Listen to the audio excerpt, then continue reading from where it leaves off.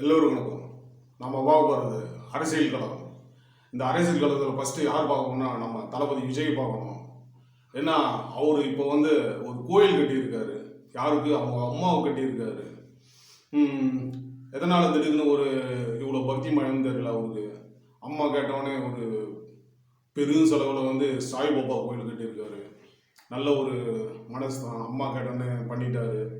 இதில் நிறைய சர்ச்சை வேறு இப்போ உருவாகுது. என்னென்ன சர்ச்சைனா, கோயில் கட்டுறதுக்கு பதில் ஒரு ஹாஸ்பிட்டல் கட்டியிருக்கலாம். அதுக்கப்புறம் இன்னும் படிக்கிற பசங்களுக்கு நல்லா ஒரு கல்வி கோசம் வேறு எதனா விஷயம் பண்ணியிருக்கலாம். இதெல்லாம் விட்டுட்டு ஒரு கோயில் கட்டியிருக்கான்னு நிறைய சர்ச்சைகள் ஓடிக்கிட்டே இருக்குது. இந்த சர்ச்சைக்கு முற்றுப்புள்ளி வைக்கிற மாதிரி சில விஷயங்கள் சொல்லலாம். அவர் ஒரு தனி இதுக்கு பண்ணல. எதுக்கு? ஒரு தனியாக ஒரு அரசாங்கம் மூலயமா பண்ணலை. அவங்க அம்மா கேட்டாங்கன்ட்டு ஒரு கோயில் கட்டியிருக்காரு. அவ்வளோதான். அதில் அதுக்கப்புறம் நம்ம சீமானுடைய ஆதரவாக இருக்காருன்னு சொல்கிறாங்க. எப்படின்னா, சீமானுக்கு இப்போ ஒரு சாங்ஸ் ஒன்று வந்தது, விசில் போடு சாங்ஸ். அந்த சாங்ஸ் மூலிமா ஒரு மைக் வச்சுக்கிட்டு விசில் போடு சாங்ஸ் மூலிமா ஒரு மைக் வச்சுன்னு ஒரு அந்த ஒரு சில விஷயங்கள் பண்ணியிருக்காங்க, மைக்கெலாம் காமிச்சு. அது மூலயமா தான் தெரியுது நம்ம விஜய் மைக் சின்னத்துக்கு வாக்களிக்கின்றது ரசிகர் மூலயமா தூண்டி விடுற மாதிரி சில விஷயங்கள் சொன்னாங்க. இது இப்போ எடுத்த சாங்ஸ் இல்லை. இது ரொம்ப நாளைக்கு முன்னே எடுத்தது. மைக் சின்னன்றது இவருக்கு இப்போ தான் கொடுத்துருக்காங்க சீமானுக்கு. அது ரெண்டுமே ஒத்து போதா இல்லை திடீர்னு சாங்ஸ் எடுத்து ரிலீஸ் பண்ணுறதுக்கு சான்ஸே இல்லை. இது யோசிச்சு பார்த்தா கண்டிப்பாக ஒரு நார்மலாக அமைஞ்சதுன்னு சொல்லலாம். அமைச்சது இந்த டைம் மைக் சின்னன்னு ஒரு சில விஷயம் வர சொல்ல என்ன பண்ணியிருக்காரு, இந்த சாங்ஸ் கரெக்டான ஒரு டைமிங் தான் ரீச் பண்ணலான்ட்டு அவருடைய புத்திசாலித்தனம் தான் சொல்லணும். யார்? நம்ம விஜயுடைய புத்திசாலித்தனம் தான் சொல்லணும். ரெண்டு கட்சிக்கும் ஓட்டு, அதிமுக டிஎம்கேக்கு ரெண்டு கட்சிக்கும் ஓட்டு கிடையாது அப்படின்ற மாதிரி நடுப்புற நம்ம அண்ணனுக்கு ஒத்துழைக்கிற மாதிரி சில விஷயங்கள் ஒரு சின்ன ரசிகர்கள்லாம் ஒரு ட்ரீட் மாதிரி ஒரு சின்ன ஒரு க்ரூ கொடுத்துருக்காரு. அதனால் சீமானுக்கு ஒரு ரீச் ஆன மாதிரி சில ரொம்ப ஃபார்மில் இருக்கிறாரு. அதுக்கப்புறம் நம்ம சீமானை பற்றி சொல்லணும். அவருடைய சீமான் எப்படின்னா, எப்படியோ ஒரு சின்னதாக ஆரம்பித்து ஒரு படிப்படியாக ஒரு 3வது இடம் ஒரு யூக்கில் போயிட்டு இருக்காரு. அவர் சில விஷயங்கள் பண்ணுற இடம்னா கொஞ்ச நாளாக ரொம்ப டேமேஜ் பற்றிருக்காங்க. ஒரு பொன் மூலியமா டேமேஜ் பற்றி ஒரு சில கீழ்த்தனமான சில விஷயங்கள்லாம் பண்ணியிருக்கு. இது யாருக்கும் எல்லாருமே ஒரு சில இடங்கள்லாம் தோல்வி வரதான் செய்யும். இந்த விஷயங்கள்லாம் எல்லாருமே வர விஷயம் தான். இது கலரி போட்டு ஒரு டேமேஜ் பண்ணுற மாதிரி தான் சில இடங்கள் காமிச்சிருக்காங்க. நல்லா அவரை டேமேஜ் பார்த்தோன்னா ஒரு பிளான் பண்ணி அப்படியே எல்லாமே ஒரு ஸ்டாண்டர்டாக இப்போது பிரச்சாரத்தில் பயங்கரமாக கலக்கிட்டு இருக்காரு. இப்போ மதன் கௌரியுடைய அவருடைய பேட்டி சொல்ல சொன்னார். சில இடங்கள்லாம் தம்பி விஜய் கிட்ட நான் பேசினதாகவும், அவர் இன்னொரு படம் நடிக்க சொல்லி சொன்னதாகவும், சில இடங்கள் அது இல்லாமல் நிறைய விஷயம் சொல்கிறாரு. அவர் லாஸ்ட்டாக ஒரு சாங்ஸ் பாடின அவருடைய ஒரு ஃபேவரட் சாங்ஸ் பாட சொல்லி அவர் பாடுற சாங்ஸ், அந்த சாங்ஸ் பாடியே எல்லா ரசிகனும் கவர் பண்ணி வச்சுருக்காரு. அவ்வளோ ஒரு சூப்பராக பேசுகிறாரு. அவ்வளோ அருமையாக இருக்குது அவருடைய வாய்ஸும் சரி, அந்த ஒரு தூய்மையான வார்த்தையும் சரி, ரொம்ப சூப்பராக அருமையாக ஒரு ஸ்டாண்டர்டாக நல்லா பண்ணி ஒரு வேற மாதிரி அவருடைய இது கேட்குறதே நல்லா இருக்குது. பேட்டி கொடுக்குறது ரொம்ப ஒரு யூக்குலான ஒரு பேச்சு, ஒரு தூய்மையான பேச்சு, ஒரு தமிழ் உணர்வோட பேச்சு, நல்லா ஒரு என்டர்டெயின்மெண்ட்டாக நல்லா பண்ணுறாரு. அவருக்கு முக்கியத்துவம் கொடுக்கலாம். ஆனால் வந்ததுக்கப்புறம் தான் தெரியும் அவர் முக்கியத்துவம் கொடுப்பாங்களா. நம்ம ஏடிஎம்கே டிஎம்கே ரொம்ப மைண்டில் இருக்காங்க. ஃபஸ்ட்டு இப்போ டிஎம்கே தான் கொஞ்சபட்சம் ஒரு டிஎம்கே தான் இந்த யூக்கில் அதிகமாக ஃபார்ம் பண்ணுவாங்கன்னு நினைக்கிறேன். அவ்வளோ ட்ரெண்டிங் தான் இருக்குது. ஏன்னா மகளிர்கள்லாம் ஒரு மாதம் 1000 ரூபா ஒரு யூக்கில் கொடுத்து ரொம்ப ஒரு ரீச் பண்ணியிருக்காங்க. இன்னும் ஒன்றுனா எல்லாருக்கும் 1000 ரூபான்னு சொல்லிட்டு ஒரு குறிப்பிட்ட பேருக்கு தான் சில விஷயங்கள்லாம் பண்ணியிருக்காங்க. அந்த ஒரு இடம் தான் அவங்களுடைய பேர் கொஞ்சம் லைட்டாக ஒரு அடிபாவன மாதிரியும், சில இடங்கள் இது பண்ணுற மாதிரி. அதுக்கப்புறம் டிஎம்கே முதல் ஆட்சிக்கு ஒரு இது பண்ணுறேன்னு சொன்னாங்க. எப்படி டாஸ்மார்க்லாம் மூடுற மாதிரியும், அது மாதிரி ரொம்ப அதெல்லாம் சொல்லி தான் ரொம்ப ஓட்டு அதிகம் வாங்கினாங்க. அந்த ஒரு விஷயம் பண்ணாதனால உதயநிதி ஸ்டாலின் ஒரு எங்கே போனாருன்னா ஒரு ஒரு ஊருக்கு போக சொல்ல டாஸ்மாக் போகணும்னு சொல்லல, என்ன ஆச்சு அப்படின்னு கேட்கல, அந்த இடம் ஒரு ரொம்ப அசிங்கப்பட்ட மாதிரி தான் இருந்தது. உதயநிதி வந்து அவரு அந்த அந்த இடம் வேற மாதிரி பேச்சு மாற்றி ஒரு இதுவாக பேசினார். அந்த ஒரு விஷயம் பண்ணியிருந்தாங்கன்னா இவங்க இன்னும் டிஎம்கே வந்து ரொம்ப இன்னும் ஃபார்மில் ஆகி ரொம்ப இது பண்ணியிருப்பாங்க. ஒரு கருத்து கணிப்பு மாதிரி ஒரு இடம் சொல்லுவாங்க, சொல்கிற விஷயத்த வந்து ஒரு பார்த்து பேசி எல்லாரும் ஒரு ஜனத்துக்கு ஒரு ரீச் பண்ணியிருந்தாங்கன்னா இந்த இவர் வந்து ரொம்ப வேற மாதிரி யூக்கெல்லாம் அந்த டிஎம்கே வந்து இன்னும் ரீச் ஆகிருக்கும். ஆனால் இந்த இடம் இப்போ கண்டிப்பாக அந்த ஒரு இந்த தேர்தல் வந்து டிஎம்கே கொஞ்சம் ஒரு 30 சீட்னா வாங்குவாங்க. அவ்வளோ அவ்வளோ ஒரு ரீச்சில் தான் இருக்காங்க. 30 சீட்டுக்கு மேலே தான் ஒரு என்னுடைய கணிப்புலேருந்து பார்த்தீங்கன்னா 30 சீட்டுக்கு தான் கண்டிப்பாக வரும். நாங்கள் இருக்கிற தொகுதியும் கண்டிப்பாக டிஎம்கே தான் வரும். அதுக்கப்புறம் பக்கத்தில் இருக்கிற எல்லா இடமும் ஒரு டிஎம்கே கன்ஃபார்மாக வரும்னு எங்களுக்கு நல்லா தெரியுது. ஏன்னா பிஜேபி வந்து நம்ம பாமக ராமதாஸ் அவர்கள் போனதுனால ஏடிஎம்கே கொஞ்சம் சரிவு ஆன மாதிரி தான் இருக்குது. அவர் கொஞ்சம் மூவ் பண்ணி அவரை விடாமல் இருந்தாங்கன்னா கண்டிப்பாக ஏடிஎம்கே வந்து கொஞ்சம் ஒரு 10 சீட்னா வந்துடும், 10-20 சீட்னா 10 சீட் மேலே வந்திருக்கும்.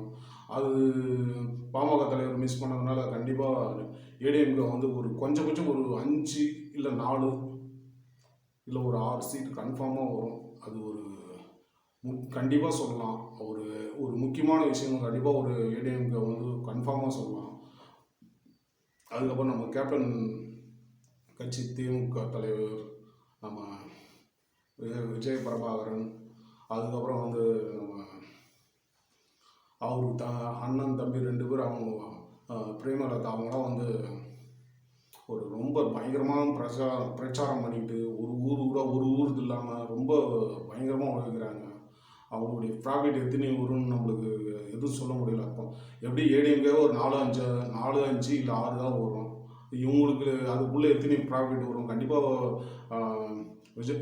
விஜயகாந்த் அவருடைய மகன் அவர் நிற்கிற இடத்த ஸ்கோர் பண்ணாருன்னா ரொம்ப சந்தோஷமாக இருக்கும். ஏன்னா ஃபஸ்ட் டைம் அதுவும் இல்லாமல் கேப்டனுடைய அவரு இடத்த ஃபார்ம் பண்ணணும் கண்டிப்பாக நம்ம ரொம்ப ஆசைப்படுறதா இருக்குது. நம்ம அந்த இடத்துல இருந்தால் கண்டிப்பாக அவர் ஓட்டு போட்டுருக்கலாம்.